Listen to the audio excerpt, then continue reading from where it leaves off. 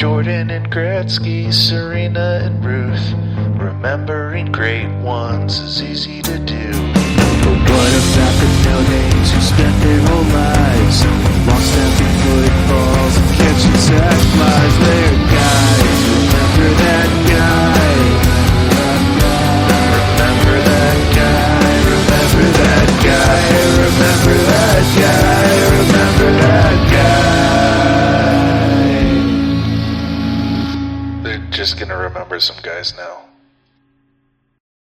After review of the play, the quarterback's arm was going forward. It is an incomplete pass, 2nd and 10 on Remember That Guy, the show where we mine our memories for nuggets of nostalgia about peripheral players, past and present. Hey there, folks. It is me, one of your hosts, James, here with someone ready to tuck in and battle the winter, the refs, anything that stands in the way of us and our guys. Look, nobody thought that we could get together and record this podcast. Nobody believed in us. But here we are. We come in week after week. We do the work. It's Diaz back with you once again. We do have a very special guest. He is the lawyer that found the tuck rule in the rule book. He found the loophole. Please introduce yourself. You know what? This one hurt me because they paid me a whole lot of money. I don't want to help the Patriots, but they did pay me a lot of money. I have hidden that from you guys for 20 years, but that is my secret shame coming out that I was paid off by Robert Kraft. But regardless, it is me, the very special guest Xavier. I would rather you have his money than he have his money. Can I tell you guys about my least favorite NBA trade of all time that just happened this week? Yes, please. I know what you're going to talk about. Do it. I imagine, yes. I'll just read the text that was sent out regarding this trade. The Phoenix Suns are trading their 2031 unprotected first to the Utah Jazz for 3 first-round picks. The Suns are acquiring the least favorable first in 2025 of either Cleveland or Minnesota. 2027, the least favorable amongst Cleveland, Minnesota, and Utah. And the least favorable pick in 2029 between Cleveland, Minnesota, and Utah as well. This is the Suns trying to load up. I get it, but from the moment that I saw this, I just don't like it. I do not like this trade. There's something to me that is just very gross about no players prior to next year's draft of 2025 being involved, and the vast majority of these players being hypotheticals that we are at least 2 years away from. And the crazy thing is, like, that unprotected 2031 pick is by far the most valuable pick in that. Absolutely. Like, there is some 8th grader, I guess, right? Because they would play the 5 years, and then they'd be a freshman, and then they would come out. I think you're right. So could be a 7th grader. We could be drafting out of high school again by then. I did look into this on The Athletic, and they actually did that analysis and said, with a pick that far away, the best you can estimate is that maybe it's around like number 6 in the draft. Like just the way that teams can estimate value for 6 years away, where it's so far away that the Suns could tank and then be back by then. So the way they do future value is that it's number 6. It has the value of a number 6 in 5 years or 6 years. So it's a pretty good 7th grader, you're saying. Like, this is a high-level 7th grader. Versus 3 first-round picks that are probably in the 20s, but that's still 3 first-round picks that are happening 1, 3, and 5 years from now rather than 6 years from now. Well, and the other thing with that deal is very clearly it is being made to eventually get off the Brad Beal contract and bring Jimmy Butler to the Suns. Like, we all know that's what's going to happen eventually. And all of this is just dancing around the margins. Yeah, and even if it is not Jimmy Butler, I think you're right. But even if it's not, it is specifically, it's making a trade to be able to make another trade. And I know that's not a new concept, but it feels like, so in Dungeons and Dragons, one of the classes, Sorcerer, the whole thing about this class is it gets some magic special things called sorcery points that you can just spend to make your spells different at any given time. But you can also convert those sorcery points into spell slots if you expend them. And if this sounds stupid, you're right. And that's also what this trade sounds like. I mean, the TLDR is Danny Ainge is taking advantage of stupid run organizations again. Indeed. He is a sorcerer. One other thing I want to share real quick. I want to talk about Olympic medals. Last summer, France handed out a lot of them. 5,804 medals, to be specific, all designed by LVMH, Louis Vuitton Moet Hennessy. Kind of cool design. They all had a piece of the Eiffel Tower in them. That's a lot of Eiffel Tower to make 5,804 medals, but we digress.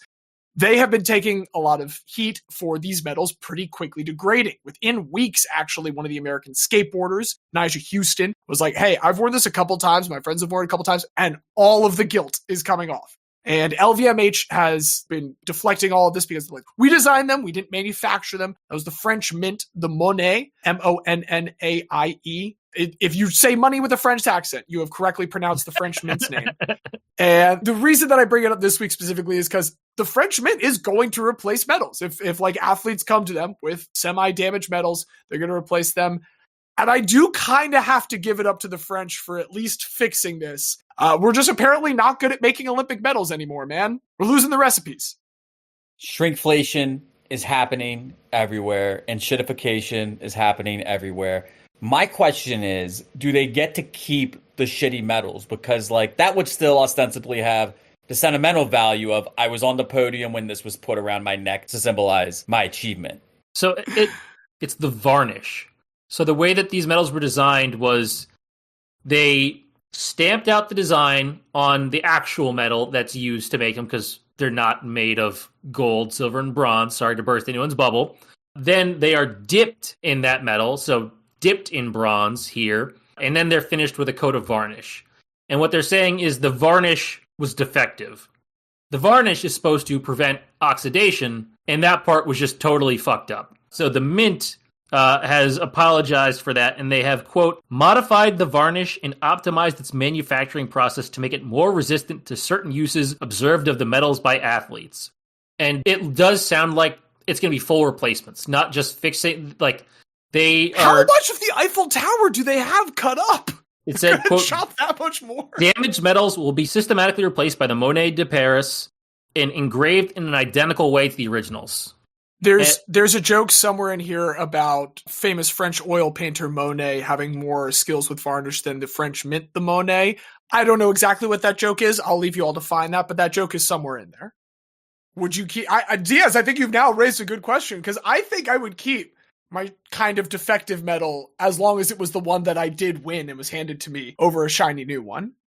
Yeah, because, I mean, to me, it is the knowledge of this medal was put on my neck when I had this incredible achievement in my life. Like, unless you're going to sell it, who really gives a shit?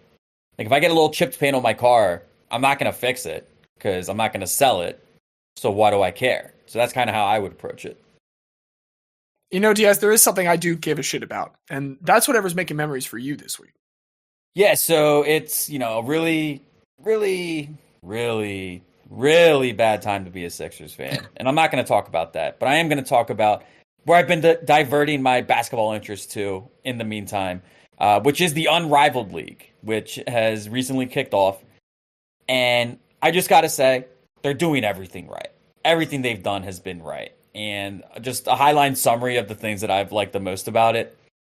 First of all, we knew that it was going to be on 3v3 league, but we weren't necessarily sure how they were going to execute it.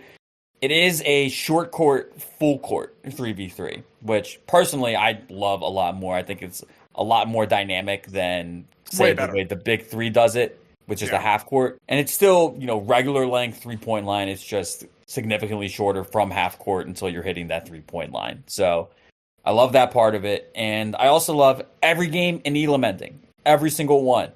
We need to bring this to basketball at large. I think by far the most agonizing part of endgame basketball is that 2 minutes becomes 20 minutes, sometimes 30 minutes, because we have all the timeouts, we have all the fouls, and the Elam ending gets rid of all of that. It's just basketball. You win on a made shot. Obviously, it's also important that there is so much top-level talent playing in it. We have Breonna Stewart. We have Angel Reese. Jonquel Jones playing in the league. So it's nice to see all of the players look around, realize, and especially in light of the Brittany Griner thing, where, hey, maybe playing in leagues abroad isn't the safest anymore. Let's find a way to still make money at home and, you know, put out a good product. Attendance has been good. Ratings have been good. If you build it, they will come. They are building it. The fans are coming. And, you know, as long as the Sixers suck, I need to watch good basketball somewhere. And Temple, I'm not going to say much more other than just Temple, because I don't want to jinx anything. But Temple, I'm watching Temple. Owls question mark? The Owls question mark. It's not exclamation quite yet. But no, the Owls and also the Unrivaled League. I don't have a team. It would feel very silly to pick a team. I'm just an enjoyer. I'm Rob Lowe with my unrivaled cap over here, and I'm just hoping both teams have fun. It goes great with your WNBA hoodie. It really does. I am the peak of brand awareness. You enjoy women's basketball. Honestly, make that the shirt. I'll buy that shirt. I like women's basketball. And honestly, too, like I'm gonna take like a real big take here. People are getting so pissed off with the NBA. You know, the game is too optimized, 3-point shooting, all that. If you want to see teams that play in different styles, you just have to watch the W. It's that simple. The W will transcend the MNBA by the end of this decade.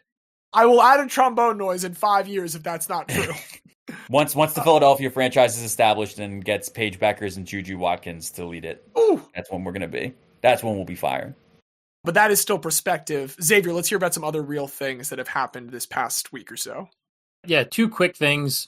One, Naomi Girma is about to become the first $1 million women's soccer player. Unfortunately, it does look like it's going to be Chelsea that purchases her from San Diego, which is sad for me as an Arsenal fan.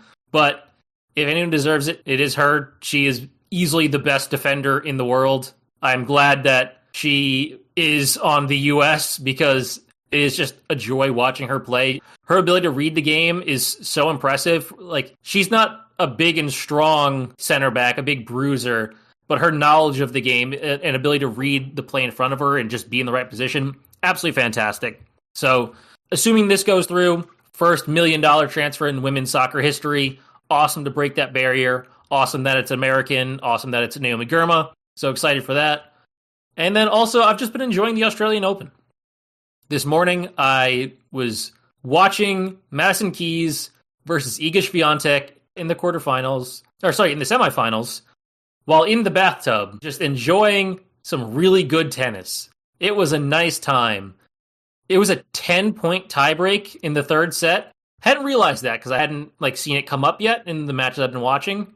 But Swiatek was in front the entire tiebreak until Keys got the 9th point first. That was great. I'm really happy for Madison Keys. This is her first final in 8 years since she made the U.S. Open in 2017. Different time that August of 2017, but really not so different if you think about it. Actually pretty close in a lot of ways to the time we're in right this moment. It's somehow very similar despite being 8 years ago. She is going to be going up against Aryna Sabalenka, the Belarusian, who is currently number 1 in the world and has won the last 2 Australian Opens in a row. So it will be a massive hill to climb for Madison Keys, but it's an achievement for her to get this far. If she can pull it off and get her first major ever at the age of 29, after, having that phenom start, she's the future of women's tennis in America, and then kind of falling off. To have that comeback at this point would be really impressive. And then I'm also excited to see what happens with Ben Shelton, who has also made the semifinals.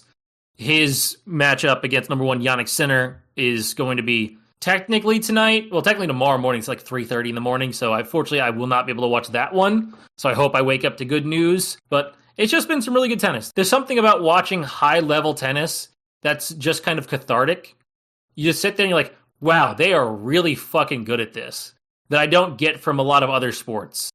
Maybe it's just because of it's 1v1, so you get that real feeling of competition. It has the most tension. Challengers did not get an Oscar nomination for Best Score. It's a good movie. Which is bullshit. Fucking bullshit. Challengers whipped. But the reason that you were able to make a film with that much sexual tension is because tennis itself has that much tension. I watched that with Caitlin. She knew everything about that movie going in. I had no idea. I had not watched any trailers or heard about it at all. So that was certainly interesting to see no context. Good movie, though. It's a great story, but we have some different stories today. The concern bon mot. I'm just trying to be French while Wemby's in Paris. Xavier, what you got for us this week? So, sports give us some great moments that stand the test of time, but they also give us a lot of great quotes that do the same from fairly famous guys. Jim Valvano's never give up. I like Ric Flair's to be the man, you have to beat the man.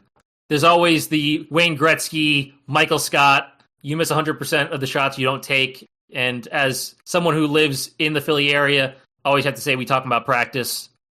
And I have to admit, as one of the most professed Yankee haters in the world, everything that Yogi Berra said. Yes. But some of the most famous sports quotes, you might not even recognize them as quotes because they get said so often they kind of get bastardized into like just standard parlance. And we don't remember the people who first said them the way that we probably should. One quote that I hear variations of all the time is, "This is what separates the men from the boys." This gets repeated football, basketball, baseball, the movie Dodgeball, and plenty of other things. After looking into it, the earliest that this ever appears in a sports context is the quote, "It's at the borders of pain and suffering that the men are separated from the boys." And that quote was said by my guy today, Emil Zátopek. James? I'm good. I want to take a guess of country before we start. I'm feeling Croatia. I was going to Diaz? say Czech. We have a winner. Emil Zátopek was born September 19th, 1922 in Kopfenice in the now Czech Republic. It was then Czechoslovakia, but the now Czech Republic. Young Emil was a polyglot. He could speak 6 languages from an early age and wanted to be a teacher. Unfortunately, he was not good at the other parts of school and did not get accepted to the teacher program. And when he was 14, he had to take a job at a shoe factory in the city of Zlin, about an hour from where he grew up. He is just doing this for a few years when, according to Emil, quote, "One day the factory sports coach, who was very strict, pointed at 4 boys, including me, and ordered us to run in a race. I protested that I was weak and not fit to run, but the coach sent me for a physical examination, and the doctor said that I was perfectly well, so I had to run. And when I got started, I felt I wanted to win, but I only came in second. That was the way it started." Other accounts note that this is apparently like a very famous race in Zlin where hundreds of young men would race through the entire town. Like it was like a full festival thing. So finishing second was pretty impressive for someone who actively did not want to do it and tried to get out of it by faking being weak. After finishing second, Emil was invited to join the local athletic club. They're like, "Who the hell is this kid who we've never seen run before and just finished second?" While there, he's like, if I'm going to do this, I might as well try to be the best at it. So he develops his own training regimen. I'm trying to remember what they call it right now. It has a specific name, but it was mixing in sprints and longer runs and kind of alternating between the two. Diaz, you're a runner. What's the name for that? When you're alternating between sprints and longer runs, Is that you say not interval training? Yeah. Yes. So he was doing that, which was not a thing at this point, really. He said, quote, "Running is easily understandable. You must be fast enough and you must have enough endurance. So you run fast for speed and repeat it many times for endurance." Simple enough. You know, I appreciate the fact that can't beat that. All you got to do is just go run a lot. By the time he's 22, Emil breaks the national records for the 2,000, 3,000, and 5,000 meter races.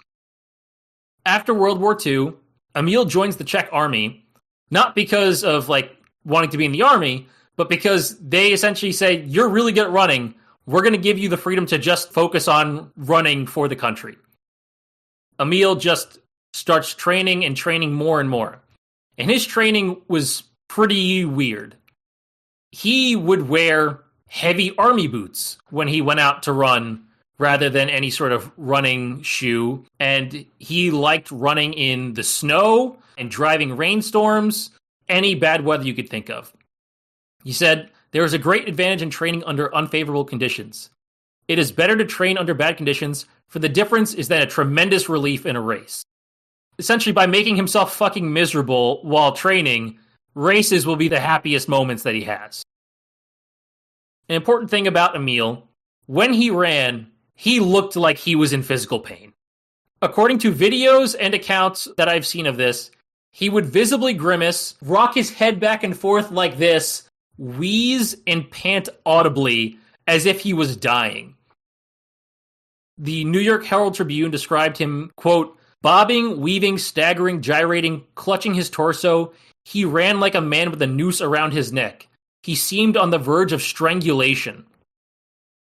The New York Times said his running was that of, quote, a harried soul on the rack of physical and spiritual torture. So we have this just thin Czech dude who looks like his body is breaking down while he runs, and yet he's really good at it.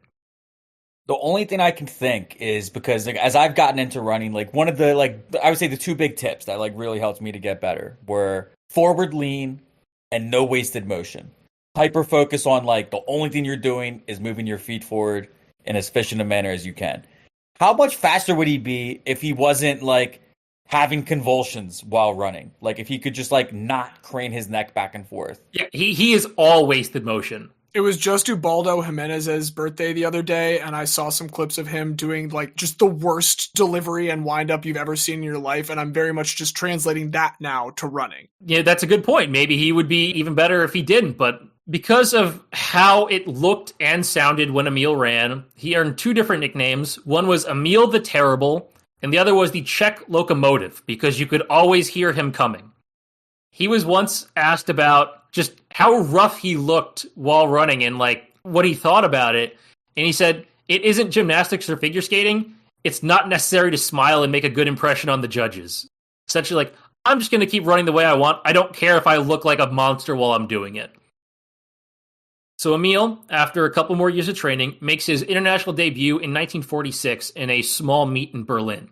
And at this point, he has no good way of getting there.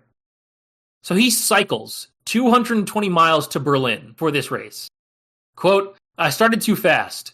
In the big crowd, maybe there were 60,000, they started to laugh. They thought I am crazy. Who is he, they are saying? He is crazy, crazy. But I won this event, and it was a great inspiration for me. He then cycles back another 220 miles from Berlin. He's like, all right, I know I can compete on the international stage. And a few months later, he makes the Czech team for the 1946 European Championships for athletics. Competing in the 5,000 meter, he only finishes fifth, but that's still enough to set a new national record for Czechoslovakia, 14 minutes, 25 seconds, 8/100ths of a second. He continues to feel like, hey, there's something here. I just have to work even harder. So during this period, an average day for him included 5 200-meter sprints, 2,400 meter runs, and then 5 more 200 meter sprints. Then he switches to 50 400 meter runs, then 60, then 70. And eventually he pushes himself to 100 400 meter runs a day, 50 in the morning, another 50 in the afternoon, which adds up to about 25 miles a day, while also doing a couple miles of sprints in between all of them to break it up. So he's running nearly 30 miles a day of interval training. He would also strap weights to his feet and then go cycling for hundreds of miles. And I don't know how that would feel as not a cyclist, but I can only imagine, James, if you're doing one of your long cycles and you have weights on your feet, what would that do to your calves and legs? So honestly, the thing that I think would suck the most is how much more your ass would be getting pulled into the seat. Like, yeah, the legs would suck, but the legs are going to suck no matter what. You're going to be sitting so uncomfortably. Just like all of the weight that holds you on that cushion is what you want to minimize because it's just an uncomfortable feeling for your butt by the end of it. That sounds absolutely awful to me. Apparently, one of the other things he did, it took me a long while to figure out the mechanics of this, but I guess it is possible. He made a homemade treadmill by going in his bathtub and putting wet clothes on the bottom and just running on the clothes so it would slip under his feet and he could run in place really fast. I really don't understand how you come up with that idea, but from what I looked into it, it's legit and it is real. I mean, I can only assume he did that on the days where it was just way too bad outside to even run in the weather that he liked to run in. But yeah, he made a homemade treadmill in his bathtub with wet clothes. After all this training, Emil goes to the 1948 Olympic Games, and he dominates the 10,000 meter. He sets a new Olympic record of 29 minutes, 59 seconds, and 6/100ths of a second. He wins by 48 seconds over second place. He then goes to compete in the 5,000 in a driving rainstorm, comes up just short, 0.2 seconds behind Gaston Rife of Belgium. He's upset that he doesn't get both golds, but he still got one. He got a gold and a silver. But to him, that's not even the best part of this Olympics, because the best part is he hits it off with fellow Czechoslovakian national team athletics member Dana Ingrova, who was a javelin thrower, who was also coincidentally born on the same day as him, the same day and year, and they passed time in between events by throwing her javelin back and forth, which seems like the most dangerous way You want to have a catch with this spear? So they're just having catch with the javelin, and after a couple days of doing this, he goes to Piccadilly Circus, because these Olympics were in London, and he buys 2 gold rings. He says, so we were both born the same day. I told her, what if by chance we also got married on the same day? And that works, and they get married 2 months later. I like that there's no problematic age gap with this couple whatsoever. So over the next 2 years, Emil continues to improve. He sets the world record in the 10,000 3 different times, taking the record from Viljo Haino of Finland twice. And then he goes on to break his own record 2 more times in the future. So he breaks the 10,000 record 5 times in about 4 years. At the 1950 European Championships in Brussels, once again dominates the field. He wins the 5,000 by 23 seconds over Alain Mamon of France. The difference between first and second was the same as the difference between second and 7th. And this sets a European Championship record. Then runs the 10,000.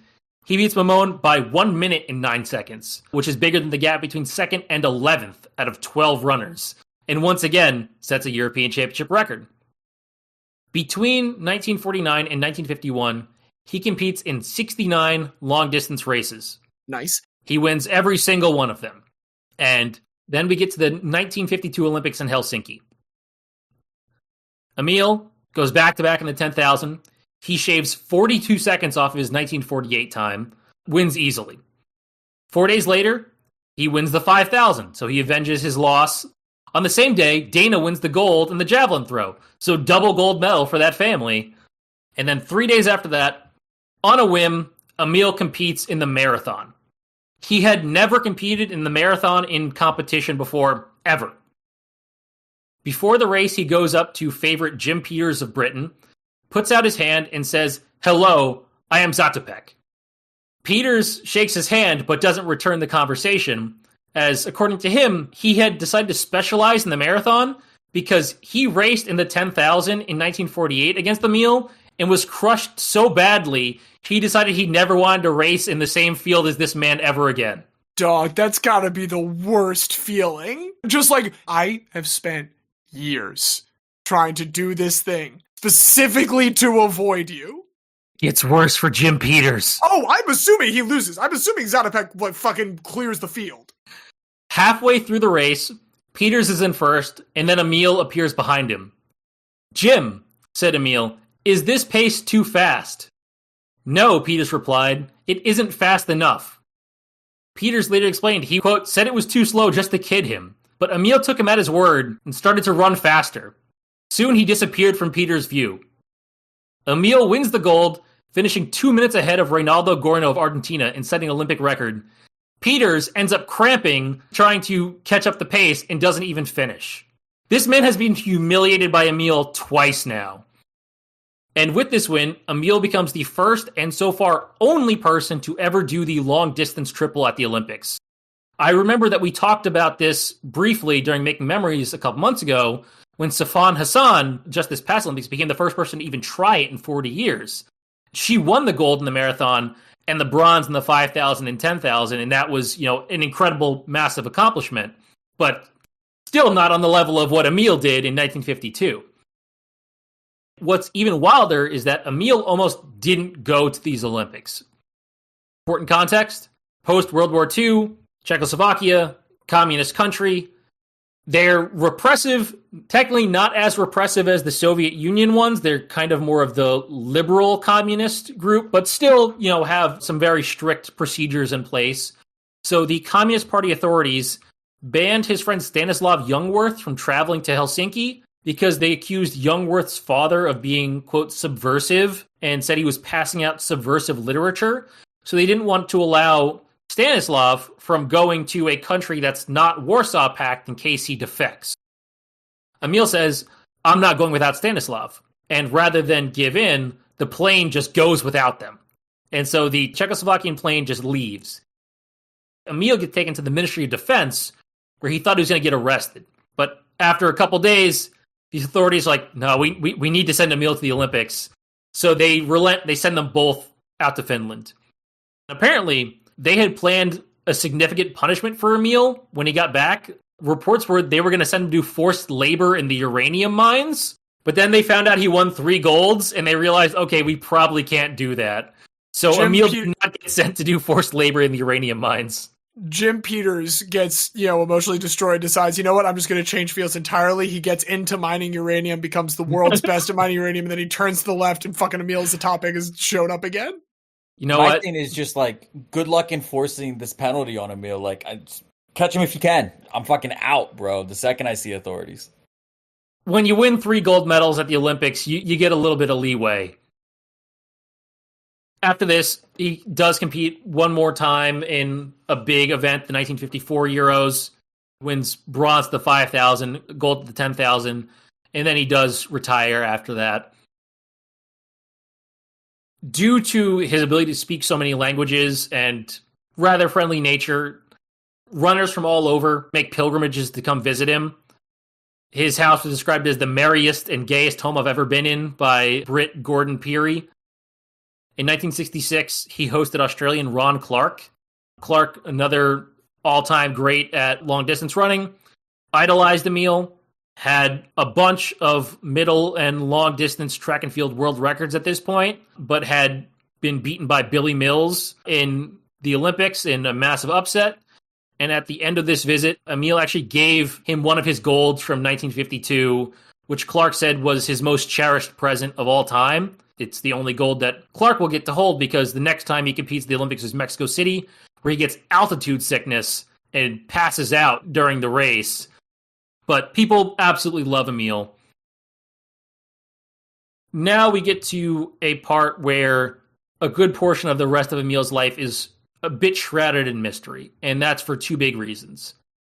As I noted, Czechoslovakia, communist country, fairly democratic / liberal one. Emil, being a national hero, made him very influential. Communist Party did have a lot of propaganda, like using Emil as a symbol of the country. But then in 1968, the Soviet Union invades to suppress Prague Spring and further liberalization of the country. So they bring in a new, staunchly pro-Soviet government, much more repressive, and they only want people who are fully loyal to the Soviet Union in power. Emil, being a popular person who's fairly liberal and has friends in Western countries, does not fit what the Soviet Union wants. So they strip him of his rank, expel him from the Communist Party and the army, and they essentially blacklist him from society. The new government said, quote, Emil lacked understanding of the fundamental problems of the development of our socialist society and the need to defend it on the basis of the principles of Marxism, Leninism, and proletarian internationalism. Essentially saying he's not Soviet communist enough for them. Again, they can't kill Emil. He's way too famous. But by making sure that no one in the cities could hire him, he eventually had to go out to the rural areas to find work as a prospector. And so he's out mining, not in the uranium mines, which is, again, the forced labor that kills people, like working for an actual company that was one of the few that could hire people who were blacklisted otherwise. He's just out in the rural areas doing mining in the mountains and stuff. But eventually, the government decides that after a few years and they've put an iron grip on the country, they don't need to blacklist him anymore because they don't think he's a threat. They offer him a menial job at the Czech Union of Physical Education, where they put his understanding of multiple languages to use. He monitors foreign publications for developments in sports science. And so he does that for nearly a decade. We do have a nice ending here, because after the fall of communism, Zátopek gets rehabilitated by the new liberal government who are like, hey, wait, this guy is still a national hero. We should treat him as such. And Emil lives 10 more years after the liberalization of Czechoslovakia and gets all of the benefits and full respect of the people in his country. So this isn't a story where he dies in poverty or dies being alone. It's not to say those 15 plus years didn't suck, but we do have a nice bookend to the story. In 1975, he gets awarded the Pierre de Coubertin Medal for the true spirit of sportsmanship by the international community. And posthumously in 2012, he was named among the first 12 athletes to be inducted into the IAAF Hall of Fame. But I think the inventor of what separates the men from the boys belongs in our hall to the Hall of Guy. Very reminiscent of a current inductee at BB Bakila, and I appreciated hearing the shout-outs to our inductee Billy Mills as well. There's a lot of connections here in the RTG track universe that we've already established. I like Emil's chances at getting a spot there. I just love how revolutionary it was to the sport of running to be like, what if we just ran fast a lot? For too long, mankind has thought we must choose to run either fast or long. I submit.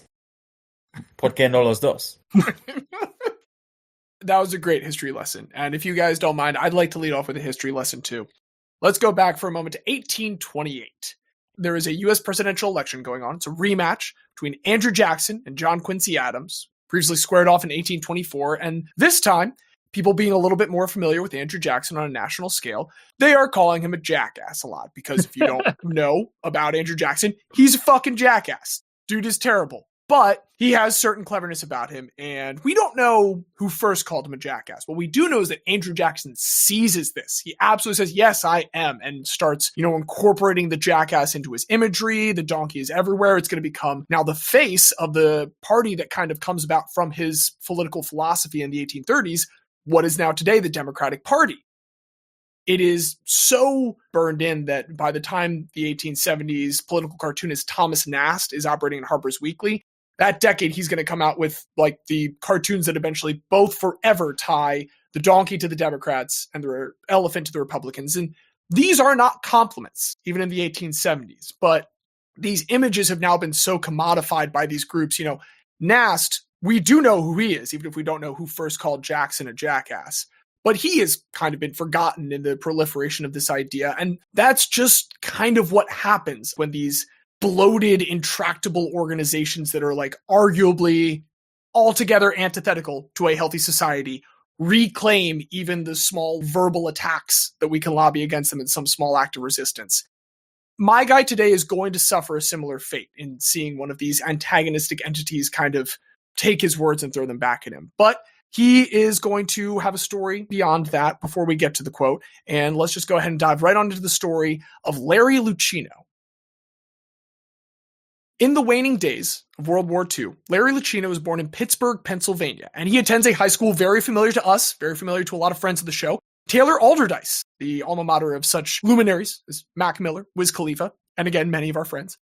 He's a pretty good athlete while there, a middle infielder on the baseball team, a point guard for the basketball team. He's a great student, and with that whole impressive all-around resume, that is enough to get him into Princeton for college. And he goes on to have a totally solid college basketball career with the Princeton Tigers.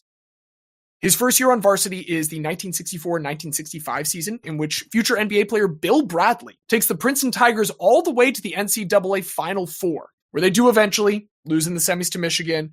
Michigan goes on to lose to the John Wooden UCLA dynasty. Princeton gets to win their third place game, because they did still have third place games in the tournament at this time, absolutely blowing the doors off the Wichita State Shockers, 118-82, his first ever third place championship.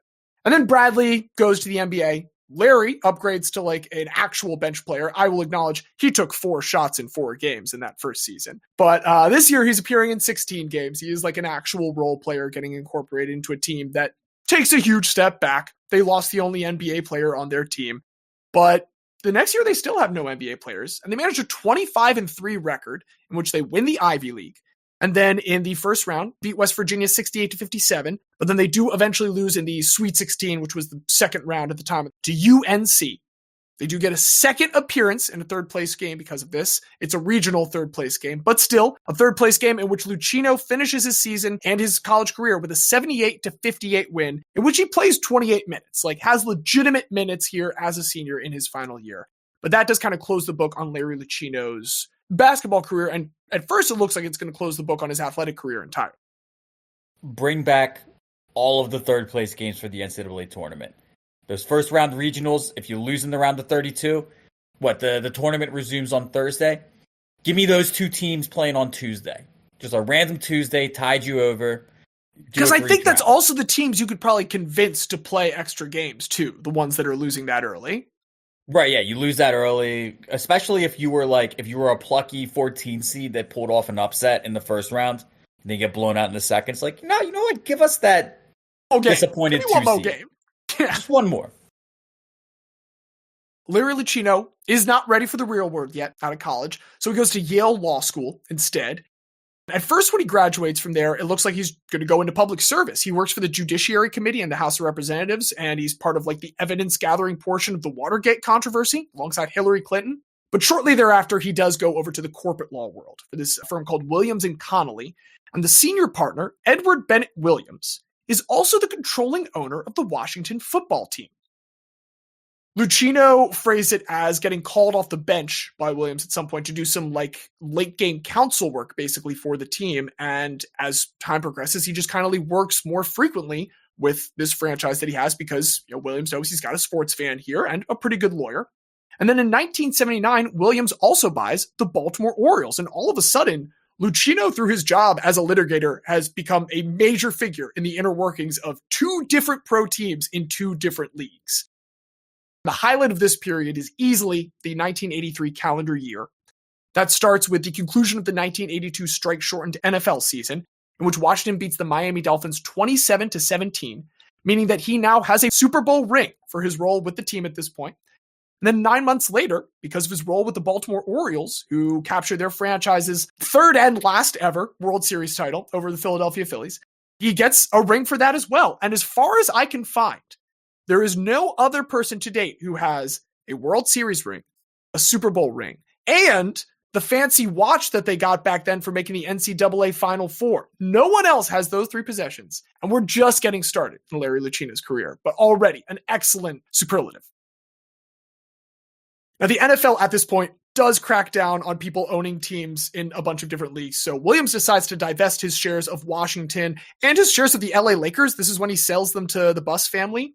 He really locks into the Baltimore Orioles during this decline over the next couple of years. 1988 is an atrocious year for the Orioles. Williams dies midway through. I don't want to say that the team killed him, but I will say the 1988 Orioles had a horrible first half, so it might have had something to do with it.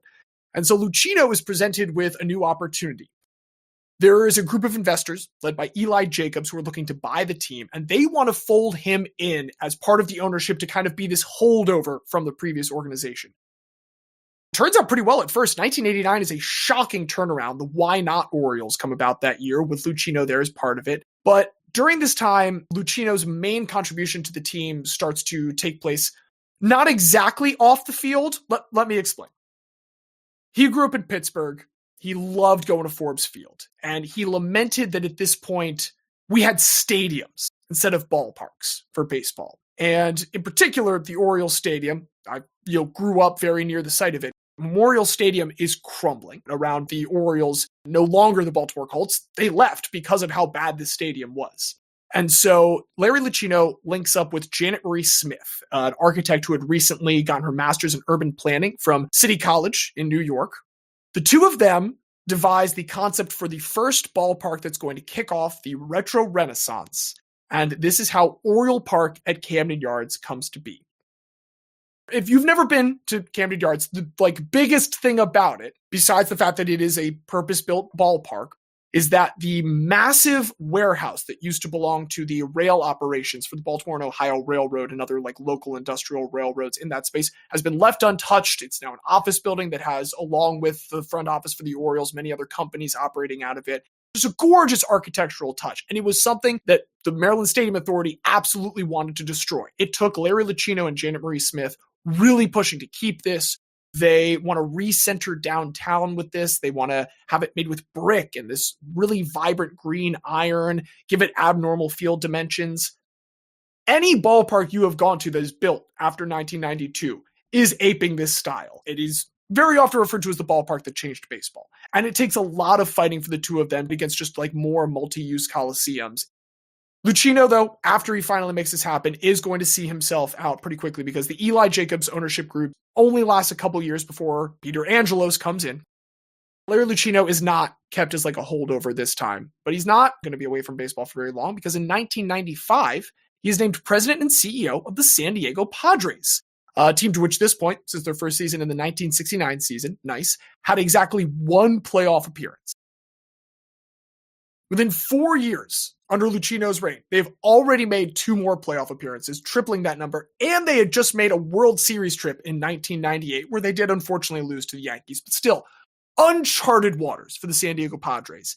And that was a really pivotal moment, that World Series trip, because it synced up with a vote to release some public funding for, anyone? What was before Petco? Qualcomm. Qualcomm? I think it was them and the Chargers both played there, I'm pretty sure. But again, here we are, Larry Lucchino recognizing, you know what needs to revitalize this team? A brand new, purpose-built ballpark. Unfortunately, Janet Marie Smith at this point is busy in Atlanta. She's doing a lot of redesigns for the 1996 Olympics that'll be happening there soon. But her fingerprints are all over what is going to become known as Petco Park. And as recent years have shown, like, we can clown on the Padres a little bit for the That's What's Up video, but like, San Diego was ready to be a baseball town. And this period with a beautiful park, with a recent World Series appearance, like, this at this point is the pinnacle of Padres ball, all coming under Larry Lucchino. But when we reach 2002, Larry Lucchino is finally ready for a new challenge. As far back as the 1980s, when he was still with the Orioles, Lucchino and a longtime partner of his, Charles Steinberg, they would always speak wistfully of this romantic baseball dream of like working for one of the old teams, your Yankees, your Giants, your Dodgers, or your Boston Red Sox. They wanted to put their stamp on one of those venerable franchises. And now, in 2001, towards the end of this season, one of the Padres' minority owners, Tom Werner, approaches Lucchino and Steinberg because he is planning to buy the Boston Red Sox. They just need one other major financial backer. He wants to get them involved because as soon as word leaks out that Larry Lucchino is going to be involved in this new organization, that was all they needed to catch the big fish. That was the bait that made people know this was going to be a well-run new organization if they could just get the money. And the money is going to come from someone who picks up the phone and calls Larry, Marlins owner John Henry, who decides he wants to divest of the Marlins, understandable, and move on up in the world to become an owner of the Red Sox. The intricacies of Henry swapping shares does delay like the official switches in ownership, but the org essentially after the 2001 season going into 2002 is under Lucchino's reign. He immediately brings in this former Orioles intern that he had worked with. He brought him to Padres, where he'd started out as the director of player development, and now he's the GM of the Boston Red Sox, Theo Epstein, and the two of them start planning for the 2002 season. Going into this year, there are some big free agents. The Red Sox snag a couple of them, including 2 of the top 20 by WAR over the past 3 years, which is a really good way to look at like what is the general estimation of a player entering their free agency. They get Johnny Damon and middle infielder Ray Sanchez, who again, 2 of the top 20, and that is a good amount for this big market team.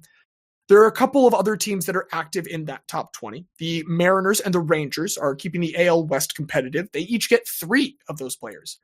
But all 3 of those teams are topped by the only one that signs 4 of the top 20 free agents by WAR over the past 3 years. To no surprise, this is the New York Yankees.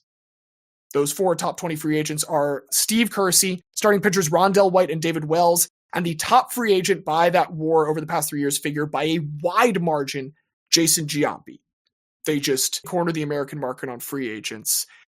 It is disappointing to people then. And after the Red Sox are getting their feet under it, they're ready to try and come back. The international market is looking really good this next year. And the Yankees, once again, stamp out any hope. In December, they sign a pair of players. First, they get the Japanese slugger and porn sommelier Hideki Matsui. And then 5 days later, they land the final blow. In October, a Cuban pitcher by the name of Jose Contreras had shocked the world by defecting from Cuba. He had been like someone that people thought was going to be very loyal to Cuba. He seemed very loyal to the administration at all times, but he's completely thrown off the free agent market because people weren't expecting him. He's very, very desirable. Larry Lucchino saying this is a number 2 or number 3 starter in the league. Easy. But unfortunately for Larry, on December 26, 2002, the New York Yankees signed Jose Contreras to a $32 million 4-year deal. It's right. He didn't miss out on anything. Contreras was not good. Many international free agents do not pan out. But what is very important is Larry Lucchino's reaction to this. The whole baseball world is, pretty frustrated with what's going on at this point. In 2001, the top two payrolls had been the Yankees and the Red Sox. Yankees had $112 million, only $3 million more than the Red Sox. At the top of the market, it was pretty similar. In that 2002 season, when they made those big moves for the free agents we discussed a moment ago, now they're at $125 million, which is $17 million higher than the second place team, still the Red Sox. Going into the 2003 season now with these new deals on the book, it's $152 million for the Yankees, $35 million higher than the number 2 Mets. Boston had slipped to number 6. And even when Boston tries to reload that offseason going into 2004, the Yankees are now at $184 million, $55 million higher than the Red Sox. So, this is what is going on in the baseball world when Larry Lucchino, during that 2003 offseason, remarks, with the signing of Jose Contreras, that, quote, "The evil empire extends its tentacles even into Latin America."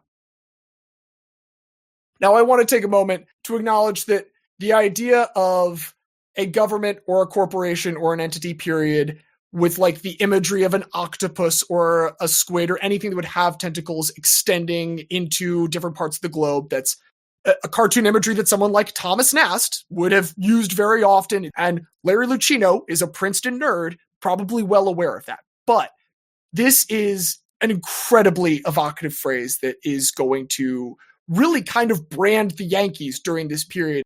On the field, this is part of a 9-year stretch where they are winning the AL East every single year from 98 to 2006. And by 2004, the Yankees have a new response to this evil empire phrase. Yes, correct, we are the evil empire. They have decided they are going to own it. Midway through this season, it is the first time that we have documented evidence of the Yankees using the Imperial March from Star Wars to play over the loudspeakers while they are introducing their lineups and starting pitchers.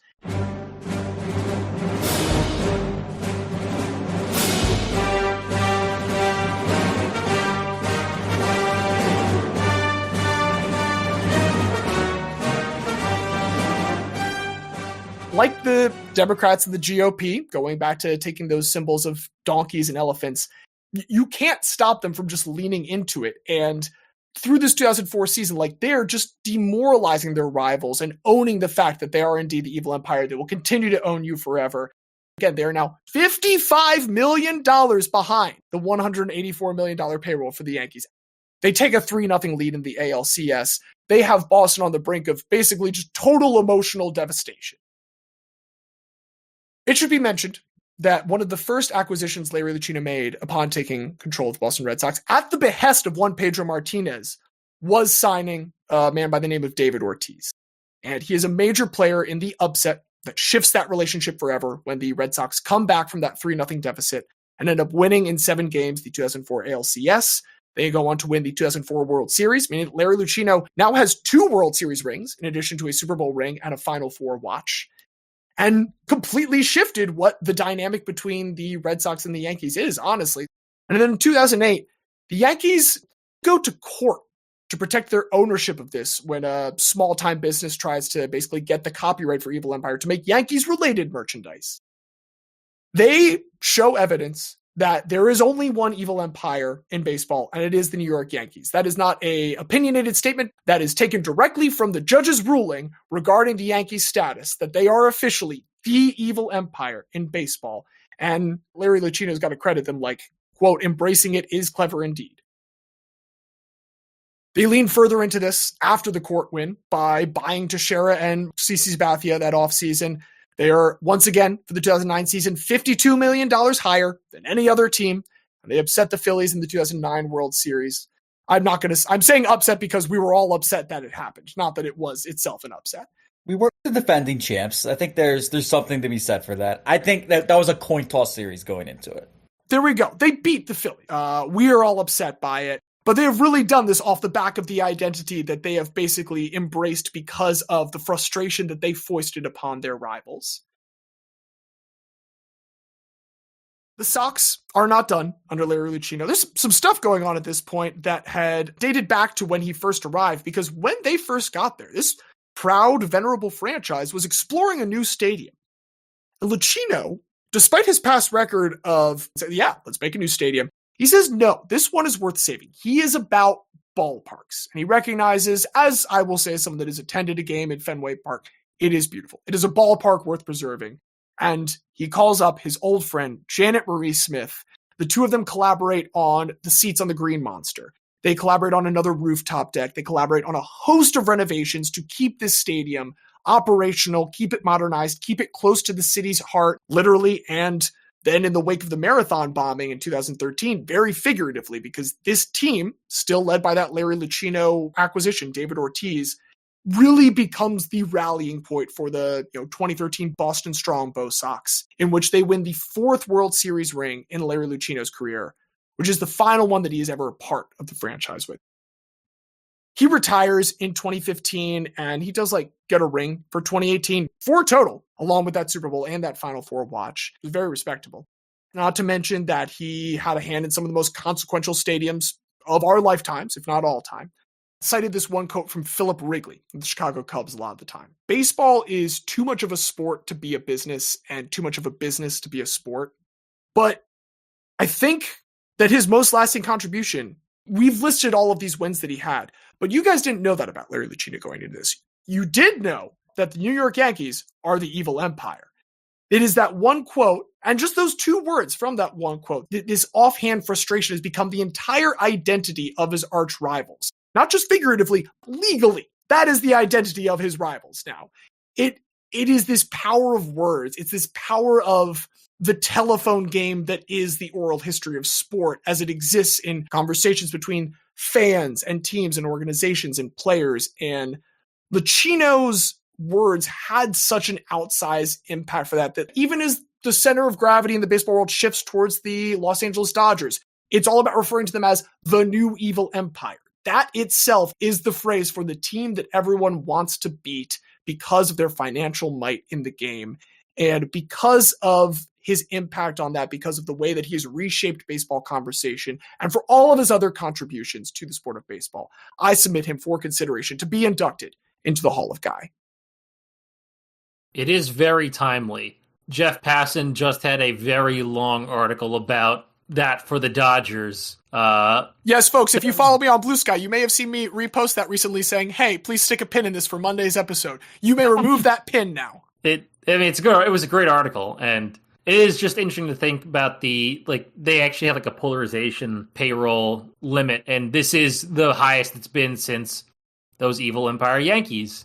And despite the raw numbers being higher, 70 million more than second place Phillies, 300 million more than last place Marlins, and a luxury tax that is more than 10 teams' entire payrolls. They didn't have the luxury tax part back then, so we can't really compare that. But just the payroll difference is still technically less when it comes to raw percentages rather than raw numbers. But again, you also have to add in that the 120 million luxury tax, which is, I don't know. As much as the Yankees were the evil empire, the Steinbrenner family has been very active at trying to minimize luxury tax payments. So for sure, if they had to pay that much, I don't know if they would do it, but they definitely are the precursor to what has come and are responsible for that existing. Well, and by their own legal claim, they are baseball's only evil empire. A judge said so in a ruling, Xavier. You cannot escape that. Yeah, you know what the Dodgers are? They said they just want to be Japan. The Dodgers are the First Order. Haven't you seen the sequel trilogy? The Dodgers are the First Order. The Dodgers say their plan is to just have Japan. They Shohei Ohtani is Kylo Ren. Colonizing Japan. Something. That's Larry Lucchino for you. That's 2 guys. Diaz, why don't you hit us with number 3? Yeah, I've got a third guy for us, and I can't lie, I don't really follow any of those Star Wars analogies whatsoever. So I'm not going to be able to continue anything like it. But the one thing I know for sure is of all the sports, I think basketball lends itself the most to hearing what the players are saying on the court. Obviously we have mic'd up segments these days, but because of just how close the fans, the cameras, and everything are to the actual court itself, you're usually going to be able to pick up some pretty good hot mic sound bites when you're watching a basketball game. There's so many large personalities that have talked so much smack in basketball, but I think when we hone in on the 21st century, there is one enduring phrase that wasn't about a player, wasn't about a coach, wasn't about a ref. but it was actually a very meta quote in and of itself. And it wasn't Meta World Peace that said it, but the quote itself is very meta. It's just 3 simple words: ball, don't lie. We know those words. We cherish them. We love them. They've stood the test of time. They have entered the modern lexicon of basketball. So let's talk about the guy that said those words first, Rasheed Wallace. Was it really? She was the first one? She'd invented it. Okay. I mean, we're going to hear how in a moment, I'm sure. And obviously, if we're going to have a slick talker like this, he's going to learn his shit talk somewhere. So where else would Rasheed Abdul Wallace, born September 17th, 1974, learn his slick talking ways than in the streets of Philadelphia, Pennsylvania? He grew up in Philadelphia, in the North Philadelphia region, and grew up a 3-for-4 Philly fan. Wasn't really a football guy, but loved the Sixers. Grew up watching the likes of Dr. J, Billy Cunningham, Moses Malone, and was also a Flyers fan, was also a Phillies fan. A very, very loyal sports fan. Growing up in North Philadelphia, specifically in the Germantown region, he attended Simon Gratz High School, where, as a freshman, he and the junior captain, Aaron McKee, starred for a team that led Simon Gratz to his first Philly Public League title since 1939. The duo would repeat in 1991, but then, with Aaron McKee's graduation, the team itself falls off a little bit. In 1992, they did not win the Philly Public League title, but Rasheed Wallace asserted himself as not just one of the best players in the city, but truly one of the best in the country when, as a junior, he was named to the Parade All-American First Team. Coming off of that disappointment of not winning the title as a junior, Rasheed takes his game to another level as a senior in 1993. He plays just 19 minutes a game, and, remember the high school game, 8-minute quarters, 32 minutes. He's only playing those 19 minutes because every single game is a blowout for Simon Gratz's senior year. He averages 16 points, 15 boards, and 7 blocks a game as a senior, as Simon Gratz runs the table. They have a perfect season, and they reclaim that Philly Public League title. So, just to recap his high school career, when he started at Simon Gratz, they had not won a Philly Public League title since 1939. In 4 years of playing there, they won 3 Public League titles. So this is very like beginning of the UConn dynasty. And Simon Gratz remains like a public power in Philadelphia now. So it's on the backs of McKee and Wallace that they established that. And, if we're going to talk about the player Rasheed Wallace, who, to be clear, named first team Parade All-American, McDonald's All-American, USA Today named him the Player of the Year. What is so special about Rasheed Wallace as a player that he's getting all these accolades? What really makes him like that is that he's so far ahead of his time. As a high school senior, he measures at 6'11", but he could do it all. Regularly, he would block a shot on defense, gather the ball, lead the break coming back down the other way, assess his options, decide the best options in an 18-foot fadeaway, and drain it. He is nails from everywhere on the court. As a senior, he's considered one of the 3 best prospects in the country, and he decided to team up with one of his fellow stars of that recruiting class, Jerry Stackhouse, and they decided they're going to go to UNC, form a duo, and play for Dean Smith. His first year playing at UNC, he takes more of a 6th-man role for a team that was successful. They got the overall number 1 seed going into the tournament, but they were upset in the second round. Coming back from that, Rasheed asserts himself as a starter as a sophomore. He averages 16 points and 8 boards with 3 blocks a game, while also shooting 65% from the field, with a good mix of mid-range jumpers in there as well. So incredibly efficient. For his performance that season, he was named as a second-team All-American, as UNC would go all the way to the Final Four. They would lose to Arkansas in that semifinal. Your champion that year was UCLA over Arkansas. Just a fun fact, Ed O'Bannon, most outstanding player of that Final Four. Good year. A good year for guys, a good year for UCLA. Not a good year for being compensated for your likeness being used, but eventually Ed O'Bannon got to the bottom. Eventually a great year for it. As long as you were patient enough, it all came back around. And, coming off of that, Rasheed feels ready to go into the NBA. We look at the draft that year. Number 1, Joe Smith goes to the Warriors. 2nd overall, Antonio McDyess goes to the Nuggets. And right there at number 3, the Philadelphia 76ers have an opportunity to bring Rasheed Wallace home and to allow him to flourish. And instead, they take Jerry Stackhouse's UNC teammate. Stackhouse 3 to the Sixers. But Rasheed didn't have to wait much longer. He goes 4th overall to the Washington Bullets. Bring back the Bullets. Still a better name. It's one of those where it's like, you look back in hindsight, and at the time, was it probably appropriate to change that name and, not have a reference to guns in a team name? At that time, in that climate, I agree. We're so fucking far gone at this point. Like, bring back the Bullets, man. They should have changed it immediately after Gilbert Arenas brought a gun into the locker room. Just in honor of Agent Zero, change the name back to Bullets. He just is the mascot now. Gilbert Arenas just goes around harassing opposing players. So it is a big mascot suit, but it's a Gilbert Arenas shaped mascot suit with just like a massive firearm at its side at all times. But that is also made of felt and foam. Yeah, don't bring out the real one. And what we got to remember about that too is that Gilbert Arenas, in his first game back from the suspension after that, did like a Wild West shooting guns intro. With Hall of Fame inductee Nick Young, who got a lot of fines for it. It's absolutely incredible. We're going to get into some fines and suspensions in a good little bit. Don't you worry. But first of all, as a rookie, Rasheed Wallace plays pretty well. He's named to the second team All-Rookie as a Washington Bullet. Played 65 games before he broke his left thumb to end the season a little early. But he is starting to develop a little bit of reputation. Even as a rookie, Rasheed Wallace racks up 12 technical fouls. That offseason, he gets traded to the Portland Trail Blazers, where he establishes himself as one of the faces of a young rising team in Portland. His first year playing for the Blazers, he shoots 56% from the field, which is good enough for 3rd in the league. But again, breaks his left thumb towards the end of the season. He's able to come back for the playoffs, and he plays well in a first-round series against the Lakers, but they ultimately bow out in 4 games in the best-of-5 format. These next 3 seasons, from 98 through 2001, is when Rasheed really reaches his apex with the Blazers. On the court, for the 1998 season, he deals with a lot of various injuries, but by the time the playoffs come around, he's well and healthy.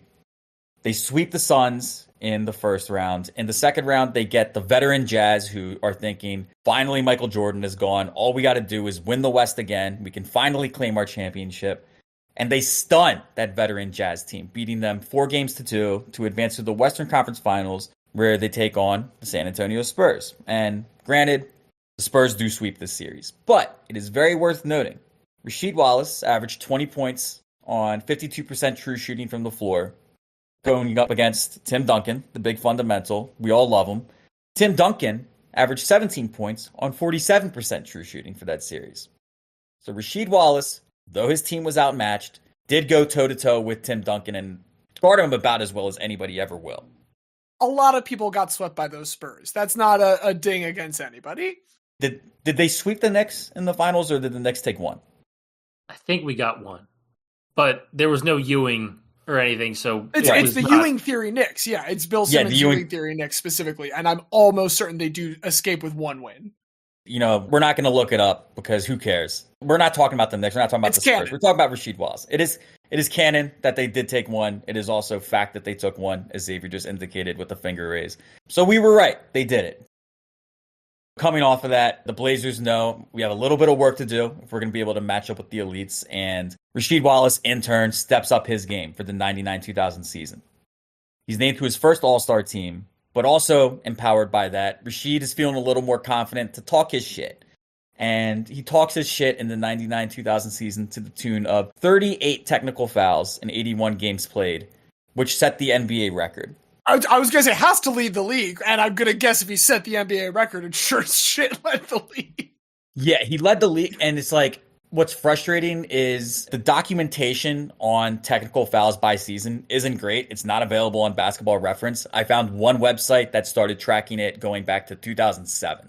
And granted, you can find in certain articles, he had this many techs. That's where I found he had 12 as a rookie, but the record keeping isn't great. All that to say, we do know 38 technical fouls were the new NBA record for that 99-2000 season. Once we get to the playoffs, though, it's all business. In the first round, they beat the Kevin Garnett-led Wolves in 4 games. The Jazz get a rematch with those plucky Blazers, but Portland has their number. They beat them in 5. We go to the Western Conference Finals where they face off against the Lakers with young Kobe and Shaq looking to reestablish themselves as a dynasty once more. And in game 1, we get the first of many incredible ref moments with Rasheed Wallace.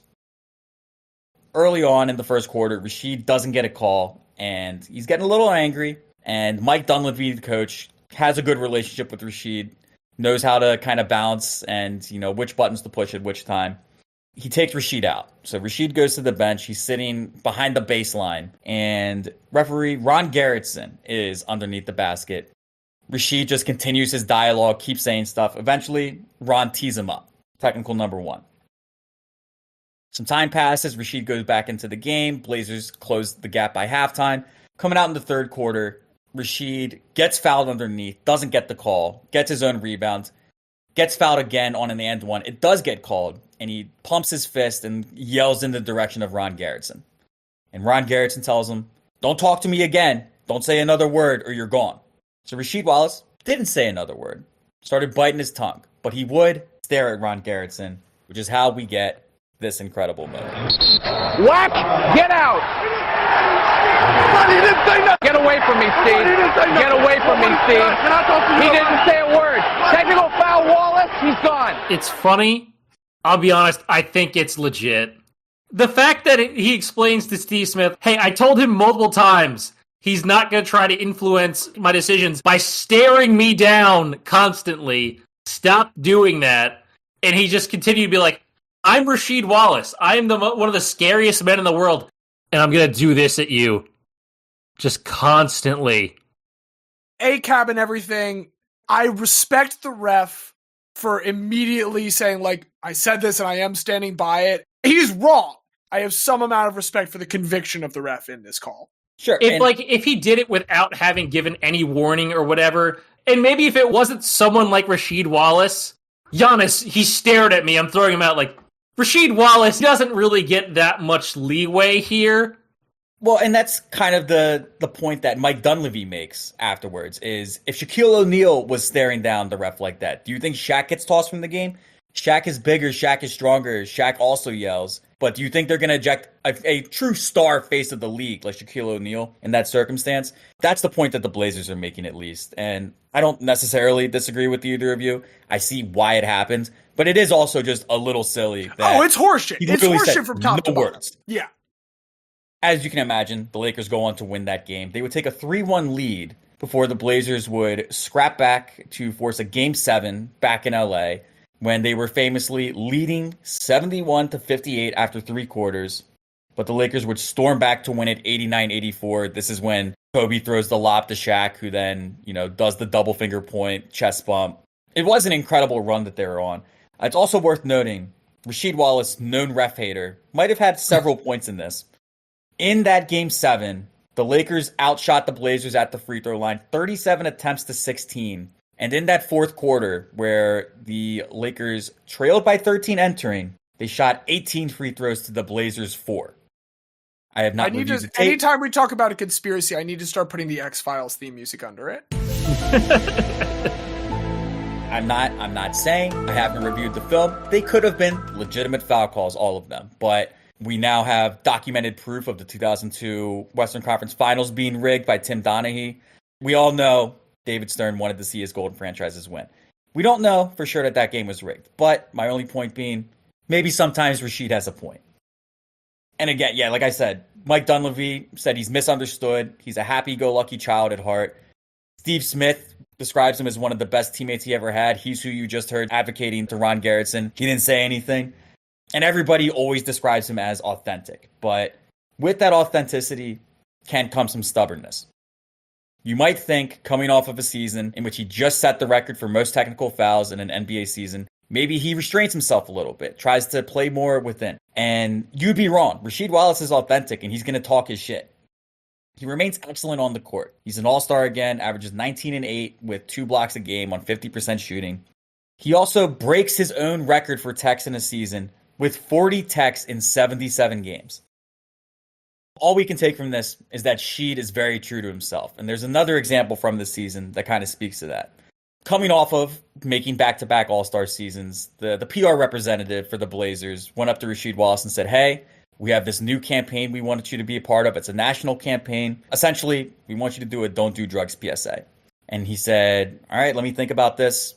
Get back to you tomorrow. The next day, the PR rep comes up and says, hey, have you thought more about doing the Don't Do Drugs PSA? And he said, I don't think I'm going to do it because I need to be honest with you. I smoke marijuana after every game.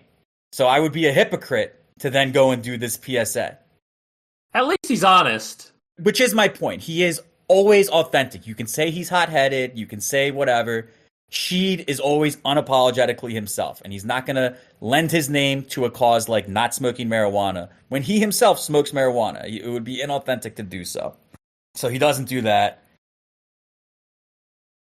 Coming off of the 7-game loss to the Lakers in the Western Conference Finals, they draw the Lakers in the first round, and they get swept. They lose 3-0.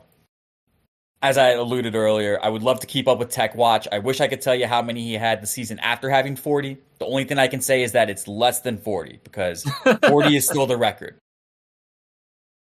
Following season, he does have less than 40 techs, doesn't make the All-Star game. And the Blazers are again swept 3-0 in the first round by the Lakers, who go on to win the championship. This is now 3 years in a row that the Blazers have lost to the Lakers, who then went on to win the NBA Finals. For the 02-03 regular season, the Blazers, again, aren't great. But there's one incident from the regular season that I need to talk about. There's a regular season game in February, and Rasheed Wallace got a technical foul from Tim Donaghy, because Tim Donaghy thought that Sheed threw the ball too aggressively at another ref when giving him the ball. Of note, it wasn't thrown at Donaghy. This wasn't a case of a ref having a ball thrown at him, taking it as aggression, and then giving the T himself. This is Donaghy getting involved in a situation that wasn't even a situation, according to Rasheed Wallace. But Donaghy tees him up. Rasheed Wallace objects to this. He argues. Donaghy gives him the second tech and ejects him from the game. After the game, Rasheed confronted Tim Donaghy in the parking lot and told him to watch the tape and accused him of cheating and trying to cheat the Blazers. When the NBA concluded an investigation into this, there was no punishment for Tim Donaghy, and Rasheed Wallace was suspended 7 games, which is the longest suspension ever given to an NBA player that wasn't for either violence or drug-related reasons, by far. 4 years later, Tim Donaghy would be arrested and go to jail for fixing NBA games in collaboration with the bookies. Now, I'm not saying that Tim Donaghy rigged that game, but I am saying that 4 years ahead of time, Rasheed Wallace accused Tim Donaghy of rigging games, and 4 years later, Tim Donaghy was found guilty of rigging games. Was Rasheed Wallace merely targeted for being the only person who was willing to talk about what was very clearly happening? Going after I was about to say going after whistleblowers. The refs are also kind of whistleblowers. He is the whistleblower for the whistleblowers. All this to say, maybe there's something to this reputation that isn't deserved. And I have more supporting data on that in a little bit. But first of all, just to finish on this 02-03 season. Just as in the previous 2 first rounds of the playoffs, they get in. This time they draw the Mavericks. They go down 3-0. The difference here is they only go down 3-0. This is the first year that it is a best of 7 in the first round. And the Blazers, they managed to scrap. They win game 4 behind 23 points from Sheed. And afterwards, the media know Rasheed likes to talk. We can get sound bites from him. They're trying to pry and get something from him. Are you guys going to be able to come back now? What did you think about the officiating? And we now get another incredible Rasheed Wallace moment, this time at the podium as he serves as a predecessor, a progenitor of sorts to the kind of stuff that we come to see from Marshawn Lynch. Both teams play hard, my man. Do you think it was a good game? Do you think both teams play hard? Both teams play hard. Both teams play hard. God bless and good night. He doesn't have say the D at the end. He does, which like both teams play hard. It's like a little bit of a childishness to it as well. And then I love the last one. Both teams play hard. God bless and good night.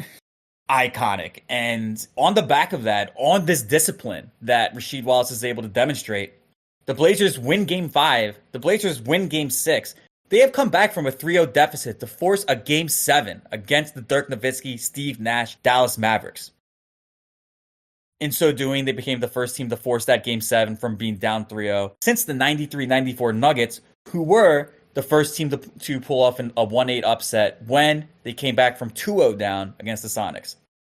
We all know that no team has ever come back from a 3-0 deficit. This isn't some surprise that I actually went into the tapes and found one that did. The Blazers do lose Game 7, but we got that incredible quote. We almost got history, so the series felt worth mentioning.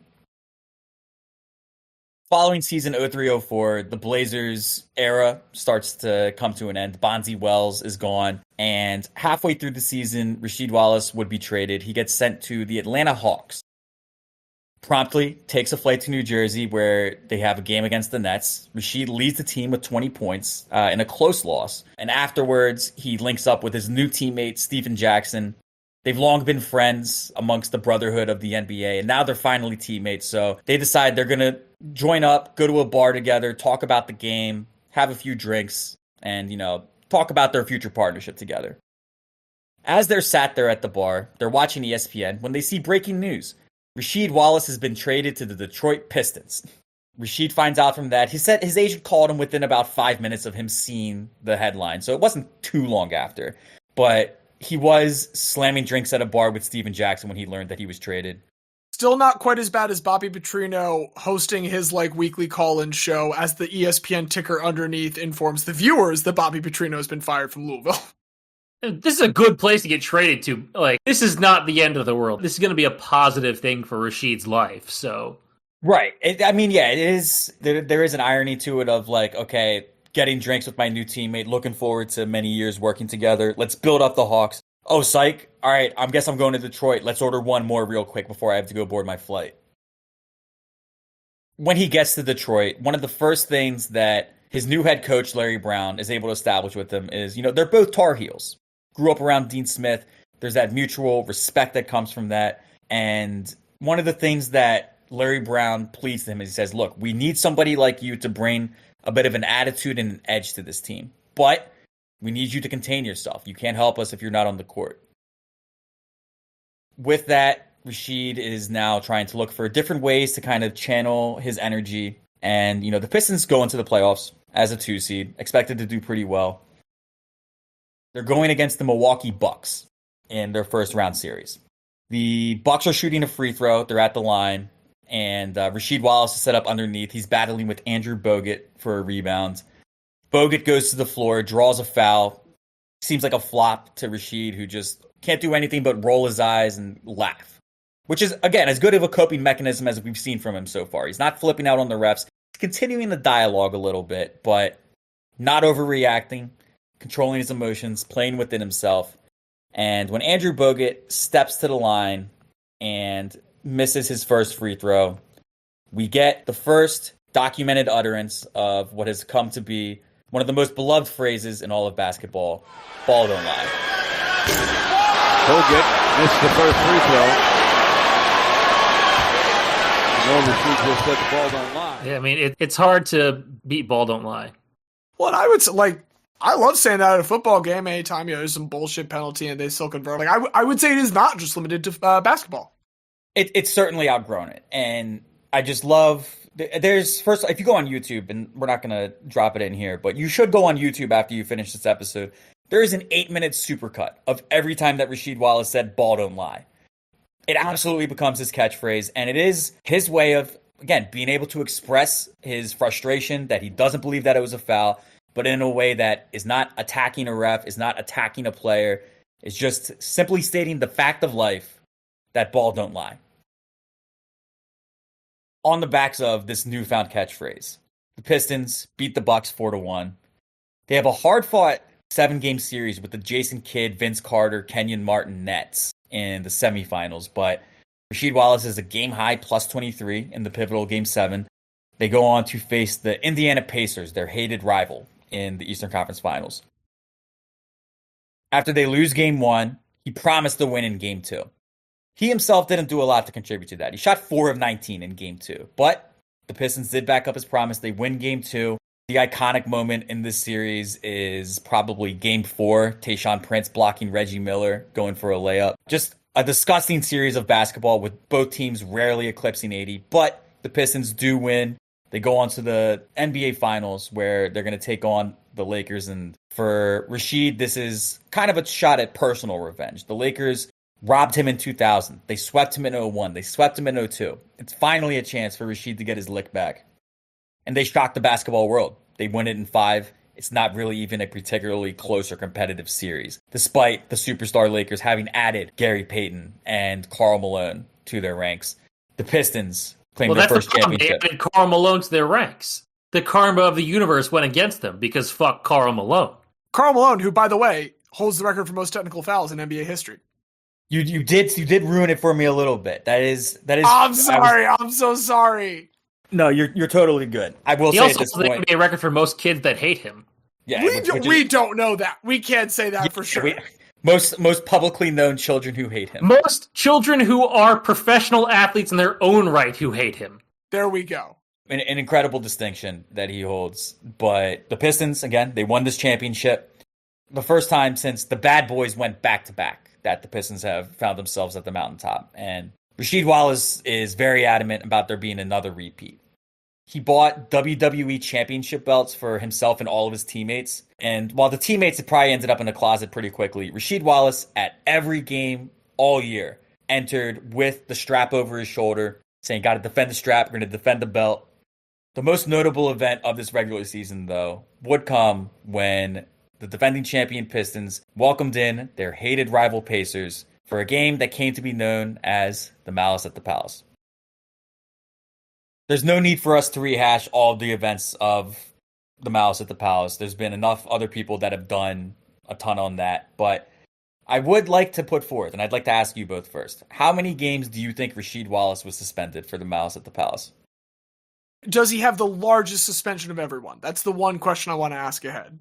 Well, so it was Ron Artest. Ron Artest is the largest. Okay, I'm going to say 7. I feel good about 7.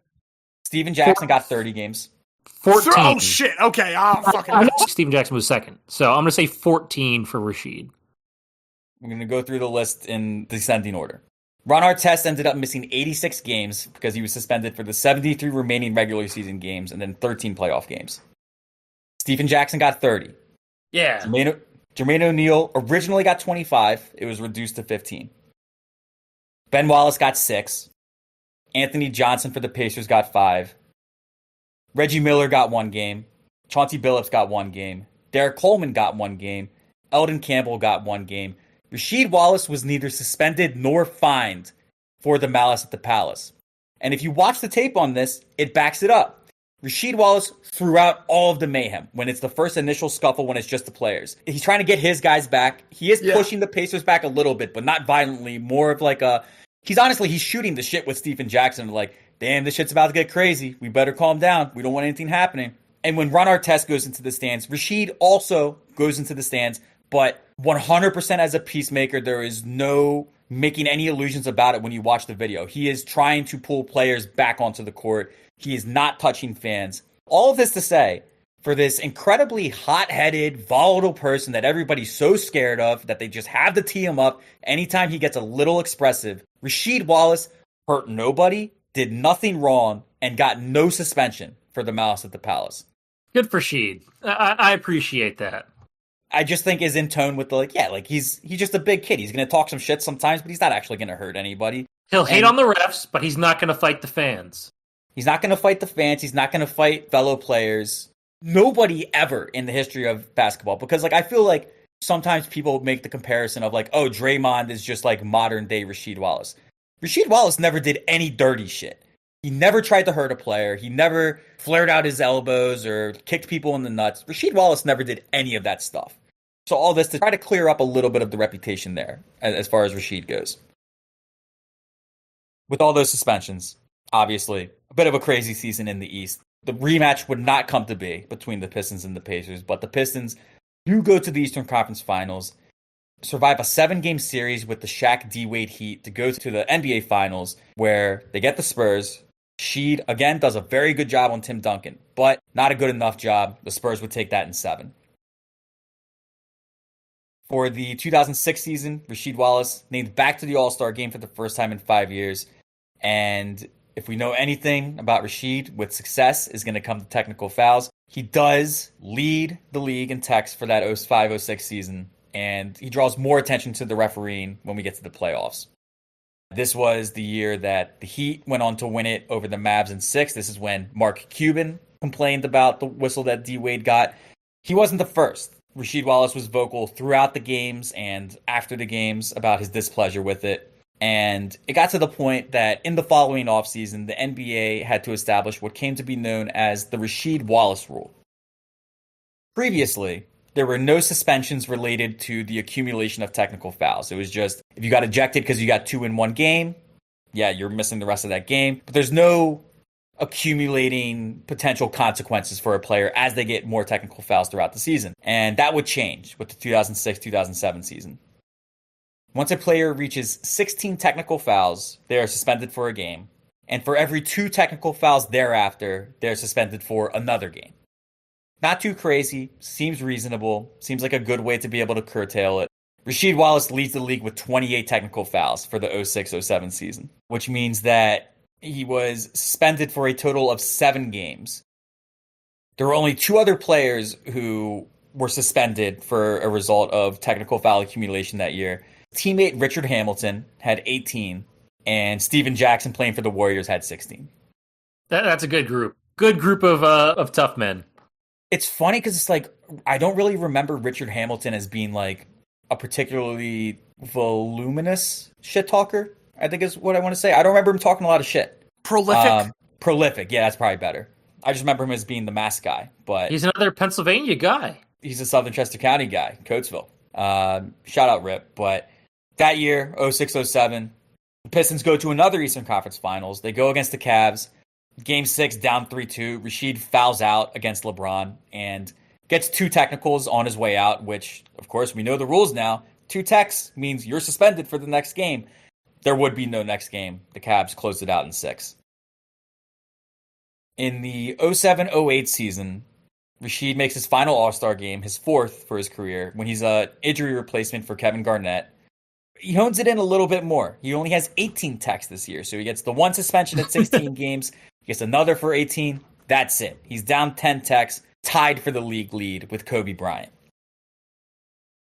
Pistons again go to the Eastern Conference Finals. It's their 6th straight season. It's the 5th straight for Rasheed. And they lose to Kevin Garnett's Celtics 4-2.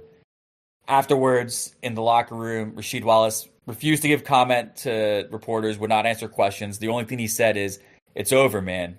He had to have known something from conversation with Joe Dumars because Chauncey Billups was traded the following offseason for Allen Iverson. And this era of the Pistons comes to an unceremonious end when in the 08-09 playoffs, they are swept out 4-0 by LeBron's Cavs. And, you know, it was a disappointing season, obviously a frustrating one.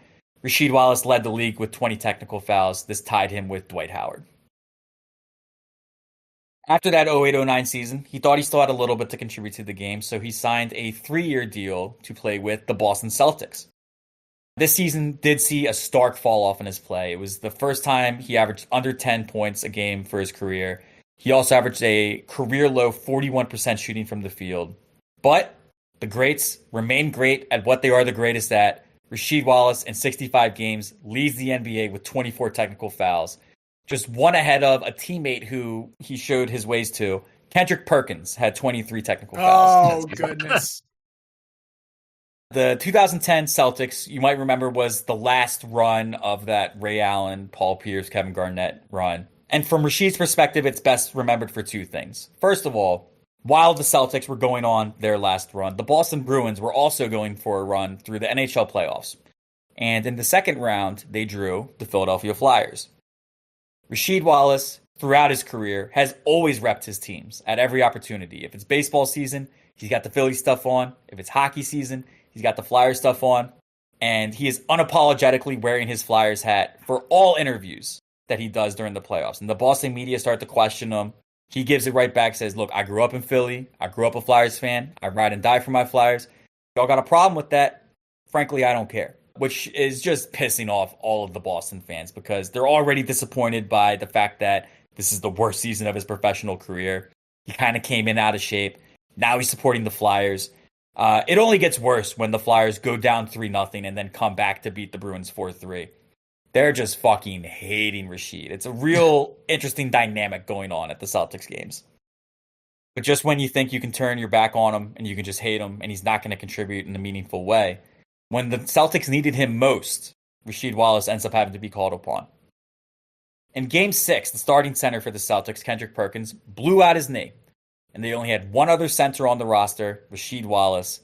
So after playing sparing minutes off the bench all season, in Game 7 against the Lakers in the NBA Finals, Rasheed Wallace has to step in and he has to step up. He actually plays very well by the standards that you would have for him at this point.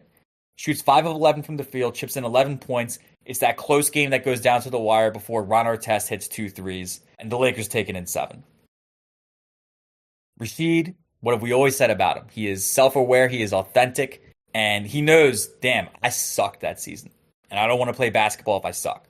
So he retires, and he misses the entire next 2 seasons. But for some reason, Xavier, your New York Knicks, knew Rasheed Wallace had been sitting at home on the couch talking all this bullshit for 2 years, and they thought, we need him. And so they called Rasheed Wallace and they said, how about we sign you to a contract? And Rasheed said, fuck, if you're stupid enough to sign me, I'll play for you. So he signs a 1-year deal with the New York Knicks. And this is good because it does give us a chance for Rasheed Wallace to get one last honor in his time. In a game against the Phoenix Suns during that regular season, Rasheed Wallace started, and 91 seconds into the game got his first technical foul for arguing with the ref's call.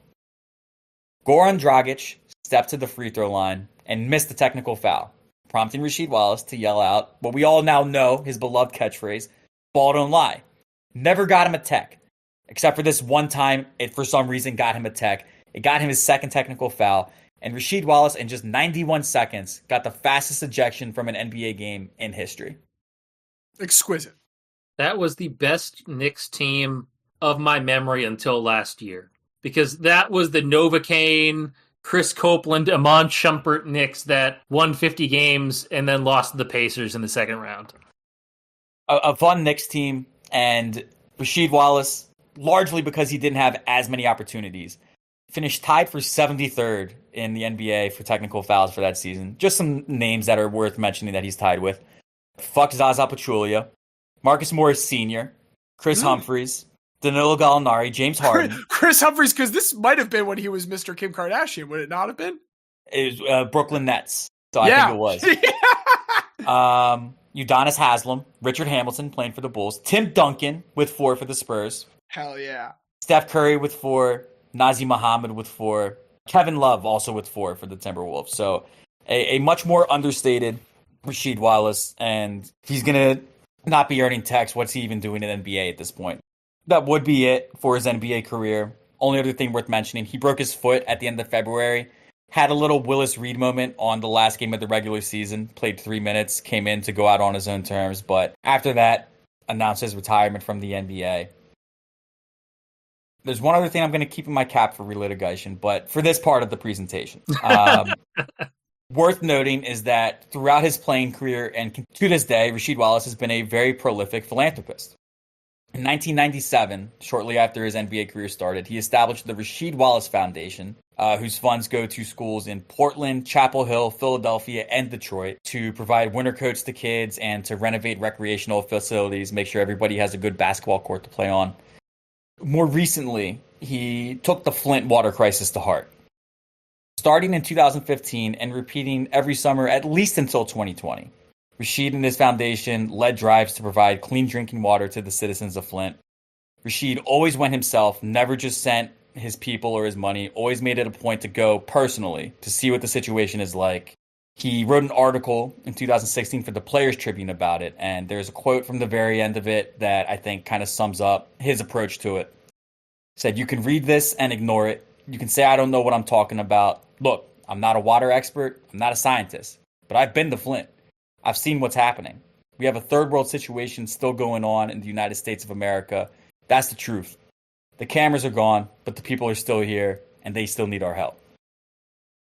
He wrote that article in 2016, and the only reason I can say up until 2020 is because in 2020, in the throes of the COVID pandemic, there was a local Flint blog that made sure to point out, like, hey, Rasheed Wallace came again to like give us clean drinking water, and there's no cameras here.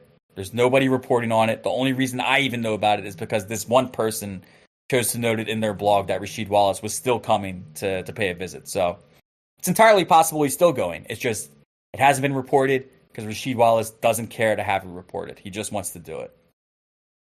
Stuff like that is, in my opinion, what Rasheed Wallace deserves to be remembered for, as opposed to the reputation that he had as a hothead, a volatile player, explosive, dangerous, all these things that we kind of associate with him just because he's loud and expressive.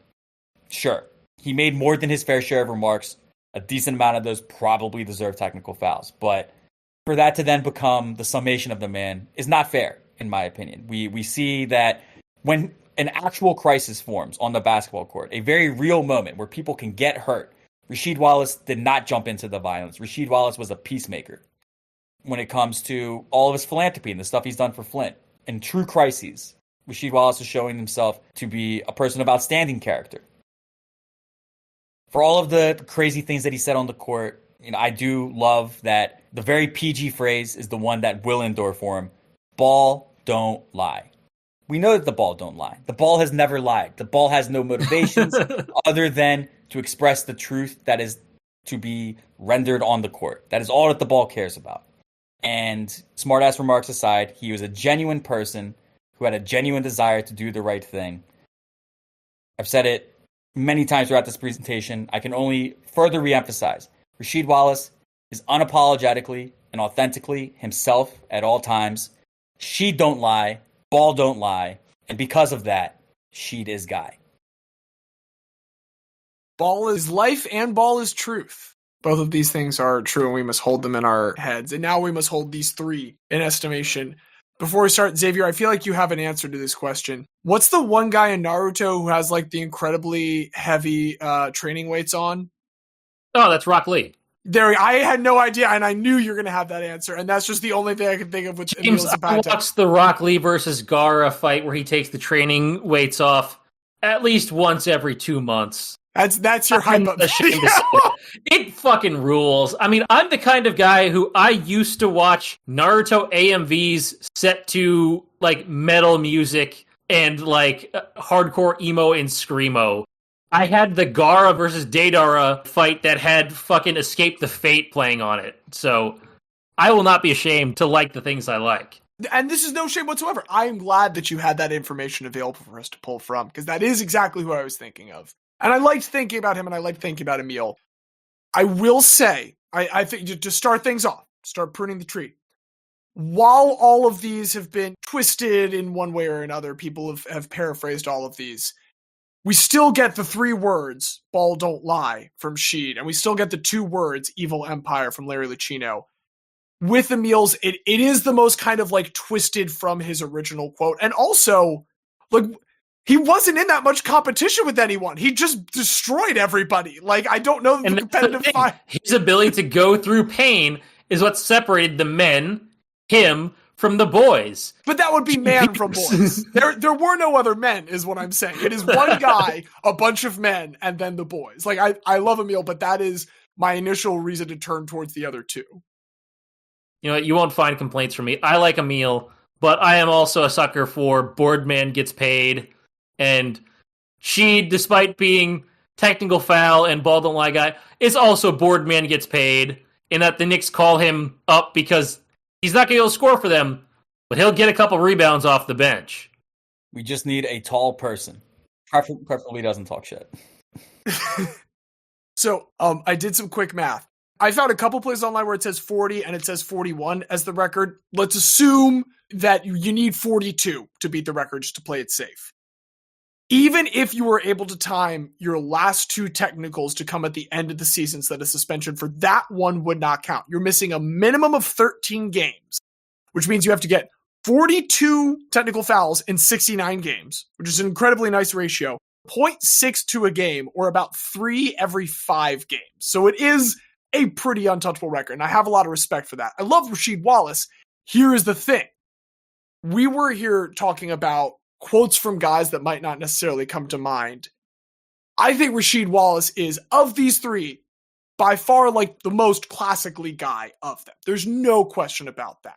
However, Rasheed Wallace also stands on his own as Rasheed Wallace. I did not know that Rasheed Wallace was bald don't lie. Maybe that was a big blind spot on my part. But I will say I did know that Rasheed Wallace was bald don't lie. There we go. That's just me being stupid. Yeah. Whereas Larry Lucchino, incredibly like prolific career in many different ways in baseball and a couple other sports, and has this lasting legacy with his quote, and is just a complete unknown outside of Boston. Yeah, Larry Lucchino is very accomplished, and I appreciate his status as a visionary. Like, hey, how do we turn these franchises around? Let's like make it actually feel like a place to go see a baseball game, as opposed to a place where baseball games happen. I definitely appreciate that, and you know, when you look through one of those people that like anybody that ever came across him was like, what an outstanding person, what an incredible guy. And this is why I kept a feather in my cap for Rasheed Wallace. If you go to Rasheed Wallace's basketball reference page, you can see that, you know, a lot of pages are sponsored by people. Mm-hmm. Rasheed Wallace's basketball reference page is sponsored by friend of the pod and former editor for Slam Magazine, Russ Benston. I believe you brought this up during our appearance with him. No, it's phenomenal, and I don't want to disappoint Russ. I really like Rasheed Wallace. We're getting towards the end of the season. I think Rasheed Wallace is probably going to win because, again, this is a 1990s and 2000s NBA player, and I understand that. If Rasheed Wallace was not going to win, we're now at the point where we're thinking about the relitigation for the season. And if this was sitting on my plate at a relitigation, I'm just looking for who's the most Guy person of this. It's Rasheed Wallace by a mile. Like, I looked through the list to make sure, yes, I would absolutely take Rasheed Wallace as your, relitigation Diaz from anyone else that's on there right now. And that is not damning with faint praise. You've got some big hitters out there. I know who Rasheed Wallace is. As I understood the assignment for this week, I have to go with Larry Lucchino because I had to look up who came up with Evil Empire. And it turns out it's this guy who did so much other stuff in baseball. And yet the one thing he's known for is not even something that he's necessarily known for, but like his most lasting impact on the way that we talk about sport and the way he affected the language of the sport is this one quote that has come to completely define the last 22 years of the economy of baseball. I think that's fair. I'm on the basketball reference page right now, and I see Russ Benston sponsor this page, and it says, a firm believer of the ball not lying, both teams playing hard and cutting the check, which I like very, very much. But maybe it's a consequence of the fact that I, like Diaz, have also spent way too much time thinking about basketball from that era, so I did know that ball don't lie is Sheed, and technically that does go against what I was looking for in trying to find the guy that we don't remember for the quote that we do remember. And maybe, again, it's just the consequence of my passions that I remember Sheed, and I remember that quote, and I remember that Sheed did that. I did not remember that about Larry Lucchino, even though I'm a Yankees fan, and I grew up with the Evil Empire. So, like, having that, oh yeah, that's the dude who said that about the Yankees, and it became the Yankees thing for a while, and it also being timely with the Dodgers now, I'm kind of into that. Again, like, all these people, I like Sheed the best because of my own personal love for basketball of that time, but for what fits the best for the category, I think it's Larry Lucchino, but that's just my personal opinion. The two of you, if your baseball fan base is new, that you were going to bat for the man that ended the curse of the Bambino. Yeah, I was still rooting for him then, man. Like, we were happy for the 2004 Mets. I love Camden Yards. I apparently have this guy to thank for Camden Yards. No, that's valid. Well, yes, obviously, Diaz, I don't like that part about it. I'm fine with that part. I like the 2004 Red Sox. Before I acknowledge that I'm outnumbered, and I'll get to the induction in a second. But I just want to give further context of the cutting the check because I already paid tribute to both teams played hard. I've paid tribute to Ball Don't Lie. Cut the check, to my best research, comes from Rasheed Wallace. If you play NBA 2K, he is not on any of the legacy teams, and he hasn't ever been. That is because when 2K approached him, they have to sign deals with each player to give their rights since they're no longer bound by the Players Association. And they offered Rasheed Wallace $10,000 to use his likeness on the 99-2000 Blazers and the 03-04 Pistons teams. Rasheed Wallace's point was, my kids play NBA 2K. You got them paying real money to put tattoos on their player. You got them paying real money to put headbands on, to get the sneakers they want, to get the jersey number they want. And you're making $500 million annually off of this game. My son's probably paid you guys $10,000 in shit that he wanted to have on his player. And you're going to offer me $10,000 to be on 2 teams? Cut the check, bro. Cut the check. To my best knowledge, that's what cut the check comes from. So we know he had the cross-pollination with Ed O'Bannon. This totally tracks. And, noted critic of the ever increase of microtransactions in the video game industry, Rasheed Wallace, let it be said.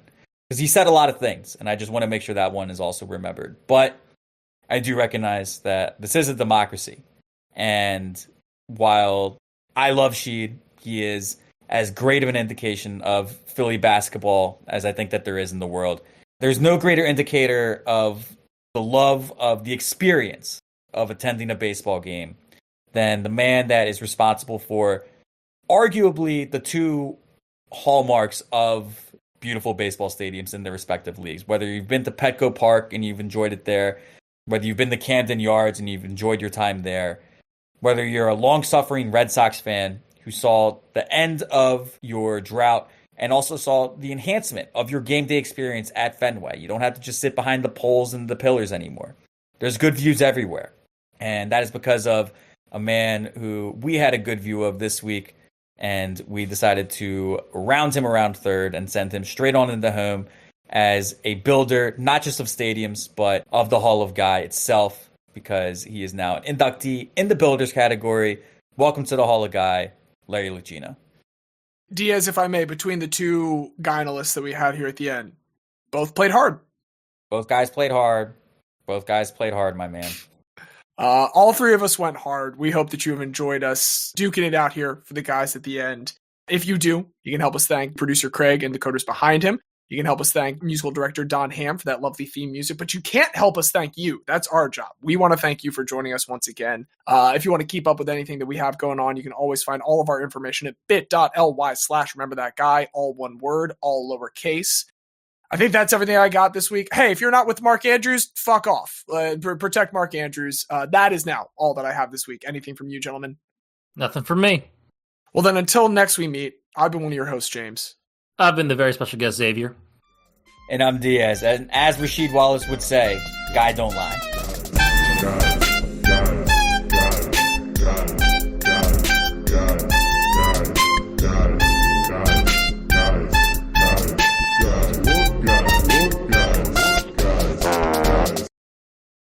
Like to your point, if for one night you run Rick and roll, Jesus Christ, pick and roll, like Rick rolling myself.